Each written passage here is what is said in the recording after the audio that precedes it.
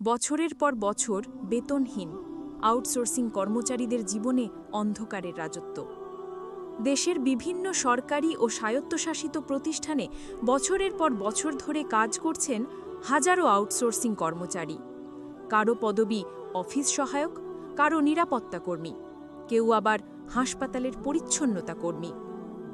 প্রতিদিন সকাল থেকে রাত পর্যন্ত তারা কাজ করেন সরকারি দফতরের চাকা সচল রাখতে, কিন্তু সেই শ্রমের যথাযথ মূল্য তারা পাচ্ছেন না। অনেকের বেতন বকেয়া বছরের পর বছর, কেউ কেউ আবার 1 টাকাও পাচ্ছেন না কয়েক মাস ধরে। এই কর্মীদের নিয়োগ দেওয়া হয় বিভিন্ন ঠিকাদার কোম্পানির মাধ্যমে। ঠিকাদাররা সরকারি প্রতিষ্ঠানের সঙ্গে চুক্তি করে কর্মী নিয়োগ দেয়, কিন্তু বাস্তবে বেতন দেয় না নিয়মিতভাবে। কর্মীরা অভিযোগ করছেন, আমরা সরকারি দপ্তরে কাজ করি, অথচ সরকারি কর্মচারী না, বেতন আসে না, তবুও কাজ ছাড়তে পারি না, কারণ ছেড়ে দিলে আবার ঘুষ দিয়ে নতুন ঠিকাদারের কাছে চাকরি নিতে হয়। বছরের পর বছর বেতনহীন, তবুও কাজ বন্ধ নয়। 2024 সালের এপ্রিল ও জুন মাসে শ্রম ভবনের সামনে হাজারো আউটসোর্সিং কর্মী বকেয়া বেতনের দাবিতে আন্দোলন করেছিলেন। শ্রম সচিব তখন আশ্বাস দিয়েছিলেন, শীঘ্রই সব বকেয়া বেতন পরিশোধ করা হবে। সেই আশ্বাসে অনেকেই ঘরে ফিরেছিলেন আশার আলো নিয়ে, কিন্তু বাস্তব চিত্র ভিন্ন। জুন 2025-এর পর এখন অক্টোবর, তবুও অনেকের হাতে পৌঁছায়নি সেই পরিশ্রমের প্রাপ্য মজুরি। একজন কর্মচারী বলেন, আমরা রাত দিন সরকারি অফিস চালাই, হাসপাতাল পরিষ্কার রাখি, রোগীর সেবা দিই, অথচ 18 মাস ধরে বেতন পাই না। সন্তানদের স্কুল বন্ধ, বাড়িওয়ালা ভাড়া চাইছে, বাজারে ধার করা চালেই চলছে সংসার। ঘুষ দিয়েই নবায়ন হয় চাকরি। অভিযোগ উঠেছে, ঠিকাদার বদল হলে পুরনো কর্মীদের আবার ঘুষ দিতে হয় চাকরি বজায় রাখার জন্য। একজন কর্মী ক্ষোভ প্রকাশ করে বলেন, আমরা যারা গরিব, কাজ ছাড়া চলতে পারি না, তাই বাধ্য হয়ে ঠিকাদারকে ঘুষ দিতে হয়। চাকরি টিকিয়ে রাখতে আবার নতুন করে টাকা দিতে হয়, অথচ আগের বেতনই পাই না।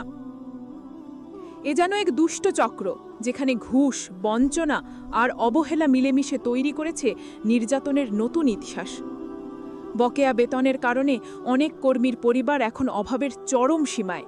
কেউ কেউ ঋণগ্রস্ত হয়ে পড়েছেন, কেউ সন্তানের পড়াশোনা বন্ধ করেছেন, আবার কেউ মানসিক চাপে আত্মহত্যার পথ বেছে নিয়েছেন।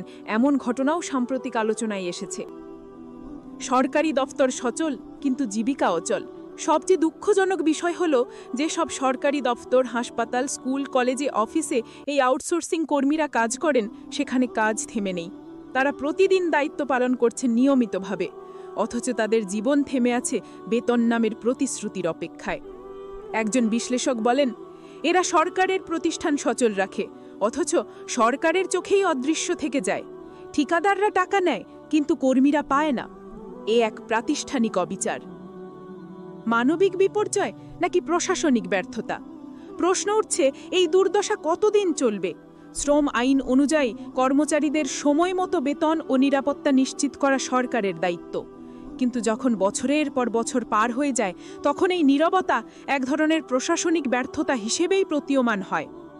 একজন আন্দোলনরত কর্মী বলেন, আমরা তো চাই না রাস্তায় নামতে, আমরা শুধু চাই আমাদের প্রাপ্য পরিশ্রমের টাকা। সরকার যদি চায় 1 সপ্তাহেই সমাধান হতে পারে, কিন্তু কেউ আমাদের কথা শোনে না। এ যেন এক অচল চক্র, যেখানে মানুষ কাজ করে, কিন্তু তার শ্রমের দাম সময় মতো পায় না। বেতনের আশায় ভারী ভাঙে, স্বপ্ন মরে যায়, তবুও তারা অফিসে যায় সময় মতো, যেন এই দেশটা থেমে না যায়। সরকারি দপ্তরের সিঁড়ি, হাসপাতালের করিডোর আর পরিষ্কার করা অফিস কক্ষগুলো জানে এই শ্রমিকরা নীরব বিপ্লবী, কিন্তু তাদের নীরবতা যেন এখন আর নীরব না থাকে। মানবিক বিবেকের টানে রাষ্ট্র ও সমাজের উচিত তাদের পাশে দাঁড়ানো।